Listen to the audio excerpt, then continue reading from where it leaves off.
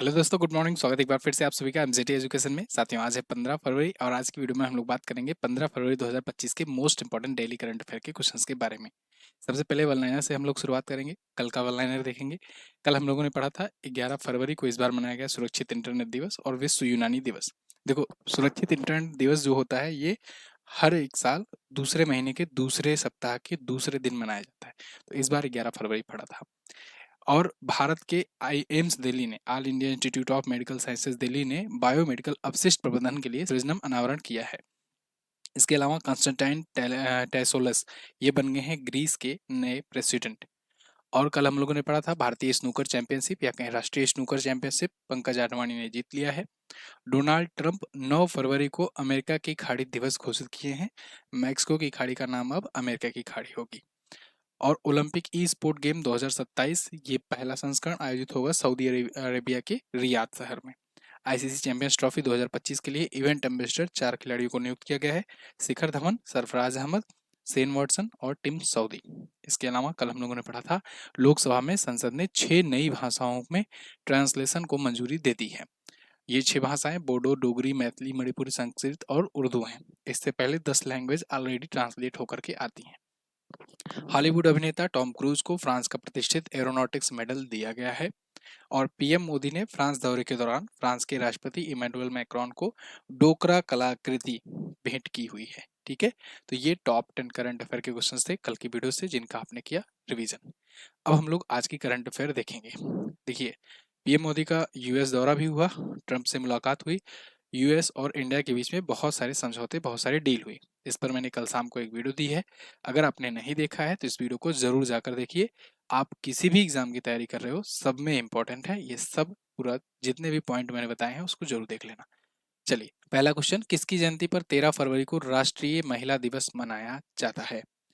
तो 13 फरवरी को राष्ट्रीय महिला दिवस मनाते हैं, नेशनल विमेंस डे। ये मनाते हैं साथियों सरोजनी नायडू जी की जयंती पर। भारत कोकिला के नाम से प्रसिद्ध, भारत में किसी भी राज्य की पहली महिला गवर्नर बनने वाली और भारतीय राष्ट्रीय कांग्रेस की दूसरी महिला अध्यक्ष और पहली भारतीय महिला अध्यक्ष। फिर से सुनो, भारतीय राष्ट्रीय कांग्रेस पार्टी की पहली भारतीय महिला अध्यक्ष और दूसरी महिला अध्यक्ष बनी थी, क्योंकि इनसे पहले एनी बेसेंट जो है वो बनी थी पहली महिला अध्यक्ष कांग्रेस की। इसके अलावा जब देश आज़ाद हुआ तो उत्तर प्रदेश की, जो कि यूनाइटेड प्रोविंस के नाम से भी जाना जाता था, संयुक्त प्रांत, तो उसकी ये महिला राज्यपाल बनी थी। तो ये पहली महिला राज्यपाल भी बनने वाली बन गई किसी भी राज्य में। ठीक है, तो इनकी 146वीं जयंती इस बार मनाई गई और इनकी जयंती पर हम लोग मनाते हैं राष्ट्रीय महिला दिवस। ध्यान रहे, ये राष्ट्रीय महिला दिवस है। पिछले महीने हम लोगों ने राष्ट्रीय बालिका दिवस मनाया था। राष्ट्रीय बालिका दिवस वो 24 जनवरी को मनाया जाता है, क्योंकि 24 जनवरी को 1966 में इंदिरा गांधी जी ने पहली प्रधानमंत्री के रूप में शपथ ली थी। यहाँ पर 13 फरवरी को राष्ट्रीय महिला दिवस इनकी जयंती के अवसर पर मनाते हैं। और अंतर्राष्ट्रीय महिला दिवस अगले महीने आएगा, अंतर्राष्ट्रीय महिला दिवस 8 मार्च को। ठीक है, अगला, 38वें राष्ट्रीय खेल 2025 में पदक तालिका में कौन सी टीम शीर्ष पर रही? 38वां राष्ट्रीय खेल संपन्न हो गया है, उत्तराखंड में हो रहा था, कई दिनों से मैंने इस पर अपडेट दी आपको। आज संपन्न हो गया है जब, तो अब सर्विसेज स्पोर्ट्स कंट्रोल बोर्ड या कहें सेना की जो टीम होती है ये टॉप पर रही है। इसने सबसे ज्यादा मेडल जीते हुए हैं। यहाँ पर आप आर्टिकल देख पाओगे, national games 2025 final medal tally आ गई है। सर्विसेज जो है ये टॉप की है 68 गोल्ड मेडल्स के साथ। ये यहाँ पर मेडल टैली है आपके सामने। यहाँ पर सर्विसेज जो है टीम, ये 68 गोल्ड पाई है, 26 सिल्वर, 27 ब्रॉन्ज, टोटल 121 मेडल के साथ टॉप पर है। दूसरे पर महाराष्ट्र है, तीसरे पर हरियाणा, फिर मध्य प्रदेश, फिर कर्नाटका वगैरह है। यहाँ पर सबके मेडल्स दिए गए हैं। एक चीज ध्यान देना, यहाँ नोटिस करना, देखो महाराष्ट्र के 201 मेडल है, इसके 153 मेडल हैं, फिर भी ये दोनों देखो 121 वाले से नीचे है। क्यों ऐसा? क्योंकि जब भी कोई गेम होता है तो उसमें मेडल्स जो है, जो रैंकिंग है वो प्रेफर किया जाता है गोल्ड मेडल से। जिसके ज़्यादा गोल्ड मेडल होंगे वो टॉप पर रहेगा, फिर सिल्वर जिसके ज़्यादा होंगे, मान लीजिए गोल्ड गोल्ड बराबर आ जाते हैं तो सिल्वर देखा जाएगा कि सिल्वर किसके ज़्यादा है, और फिर सिल्वर के अकॉर्डिंग होगा तय होगा। ठीक है, यहाँ 68 गोल्ड इसके सबसे ज़्यादा है, इसलिए ये टॉप पर है 121 मेडल के साथ ही। बाकी सबके देखो इनसे ज़्यादा मेडल है फिर भी नीचे है। अब यहाँ पर कुछ बेसिक पॉइंट, कुछ फैक्ट जो आपको एग्जाम में ध्यान देना है। जैसे इस बार का मस्कट क्या था? मौली या मोनाल जिसे कहते हैं। तेजस्विनी मसाल का नाम था। संकल्प से शिखर तक ये टैगलाइन रखी गई थी। आयोजन उत्तराखंड में हुआ था, राजीव गांधी अंतर्राष्ट्रीय स्टेडियम देहरादून में। 28 जनवरी से शुरू हुआ था, 14 फरवरी तक चला नेशनल गेम्स। ठीक है, इस बार संस्करण कौन सा था? 38वां संस्करण था। 39वां कहाँ होगा? तो ये याद रखना, मेघालय में होगा। 39वां होगा मेघालय में आपका। ठीक है, सर्विस। और ये मैंने आपको बताया। अच्छा, जो जो टॉप पर रहता है, जो सबसे नंबर 1 हासिल करता है रैंक, उसको राजा भलिंदर सिंह ट्रॉफी मिलते हैं। तो राजा भलिंदर सिंह ट्रॉफी इस बार फिर से सर्विसेज की टीम ने जीत लिया है, और इसने टोटल 5 बार जीते हैं अभी तक। इस बार इसका 5वां था, राजा भलिंदर सिंह ट्रॉफी। ठीक, अगला। आरबीआई गवर्नर संजय मल्होत्रा के हस्ताक्षर वाले कितने रुपए के नए नोट जारी किए गए? आपको पता होगा, कुछ दिन पहले ही आरबीआई के नए गवर्नर नियुक्त किए गए थे। 26वें गवर्नर बने थे संजय मल्होत्रा जी। 25वें गवर्नर के रूप में शक्तिकांत दास रिटायर हुए। तो अब इनके बाद संजय मल्होत्रा बने। तो अब जो आप नोट लिखते हो ना, कोई भी नोट होती है कितने भी करेंसी की, तो उस पर आरबीआई के गवर्नर का हस्ताक्षर होता है, तभी वो वैलिड होता है। उसमें देखो लिखा रहता है ना, मैं धारक को इतने रुपए देने का वचन देता हूँ। तो इसका मतलब ये है कि आपके पास जो कागज का टुकड़ा है ना, अगर आरबीआई का गवर्नर वो चीज ना लिख करके साइन करे, तब तक वो आपके पास महज एक टुकड़ा है कागज का। जब वो लिख करके मैं धारक को इतना देने का वचन देता हूँ, उसके बाद आरबीआई गवर्नर का हस्ताक्षर लग गया, तो इसका मतलब कि वो गारंटर हो गया आरबीआई। इसका मतलब आपके पास जो करेंसी है, उसके उसके बदले में उसने कुछ वहां पर रखा है, चाहे फॉरेन करेंसी रखी है, चाहे गोल्ड रखा है। ठीक है ना, आरबीआई के रिजर्व में, जिसे कहते हैं फॉरेक्स रिजर्व, आपने टर्म सुना होगा। तो वो फॉरेक्स रिजर्व के अनुसार ही नोटें छप सकती हैं। कई कई बार सोचे होंगे ना, दिमाग में आया होगा कभी कभी कि क्यों ना आरबीआई ऐसा कर दे कि एक साथ खूब नोट छाप दे, गरीबी दूर हो जाए, सबको पैसा बांट दे। ऐसा नहीं कर सकती। जितना फॉरेक्स रिजर्व रहेगा, उतना ही नोट की छपाई हो सकती है, वही मुद्रा की वैल्यू डिसाइड करती है। ठीक है, तो संजय मल्होत्रा जी जो नए आरबीआई गवर्नर आए हैं, तो अब जो मुद्राएं छपेगी वो नए गवर्नर के हस्ताक्षर वाली होगी। तो सबसे पहले इन्होंने कौन से हस्ताक्षर वाली, मतलब कौन सी नोट जारी की? तो 50 रुपए की। अभी 50 रुपए की नई नोट आ गई है। लेकिन क्या नई नोट आने से पुरानी नोट बंद हो जाएगी? नहीं, पुरानी नोट भी चलती रहेगी। गवर्नर बदला करते हैं, लेकिन नोटें चलती रहती है जब तक डिमोनेटाइजेशन ना अनाउंस किया जाए। जब मान लो ये अनाउंस ही कर दिया जाएगा कि ये नोट अब से चलन में नहीं रहेगी, तब फिर वो डिमोनेटाइजेशन होगा, और वो फिर उसके बाद चलन से बाहर होगी नोटें। लेकिन अगर मान लो आरबीआई गवर्नर बदल रहे हैं सिर्फ, तो गवर्नर बदला करे, सिग्नेचर हुआ करे, नई नोट भी चलेगी, पुरानी नोट भी चलेगी। ठीक है ना, चलिए। तो 50 रुपए की नोट पुरानी वाली भी चलती रहेगी, नए सिग्नेचर वाली भी इनकी भी चलती रहेगी। भारतीय रिजर्व बैंक जो है, इसकी स्थापना 1 अप्रैल 1935 को हुई थी। 1 जनवरी 1949 को इसको नेशनलाइज कर दिया गया। और सबसे पहले इसके गवर्नर कौन हुए थे? Osborne Smith. उसके बाद पहले भारतीय गवर्नर बने सीडी देशमुख। ठीक है, इसका हेडक्वार्टर मुंबई में है। आरबीआई बैंकों का बैंक है।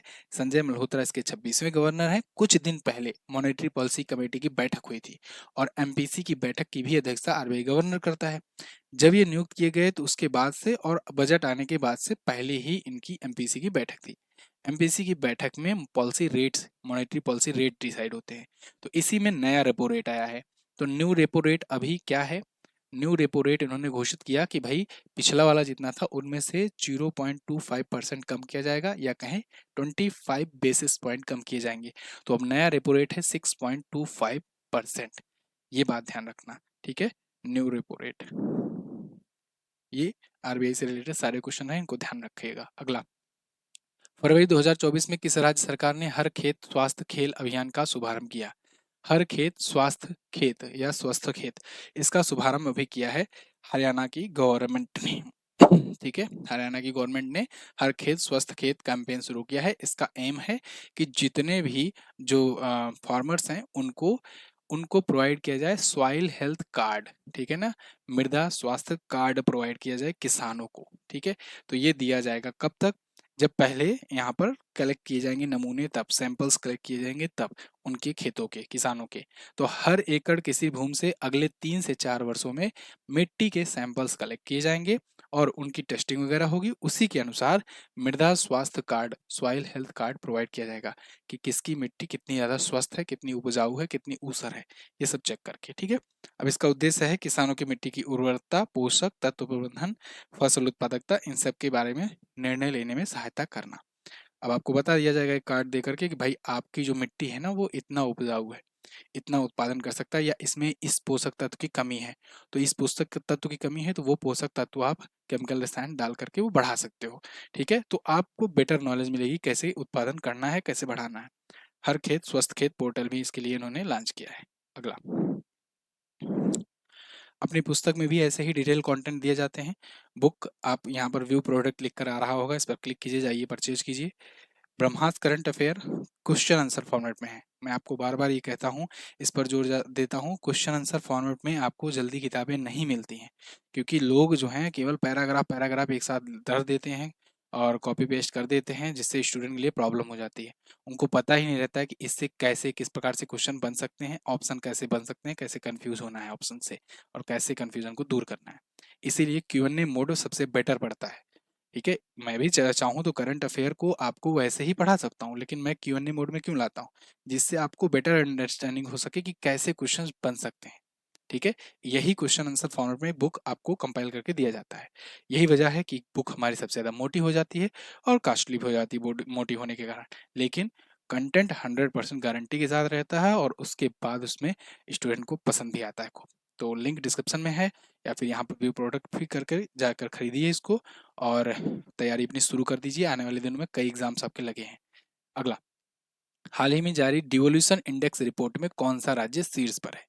तो डिवोल्यूशन इंडेक्स रिपोर्ट आई है, इसमें टॉप पर आया हुआ है कौन? कर्नाटक।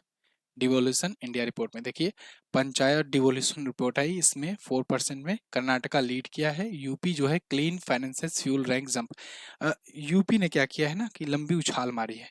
एक्चुअली में उत्तर प्रदेश था 15वें स्थान पर, 15वें से ये 10 स्थान जंप करके 5वें पर आया, इसलिए यूपी की बात यहाँ पर ज़्यादा हो रही है, लेकिन कर्नाटक जो है अभी भी टॉप पर है।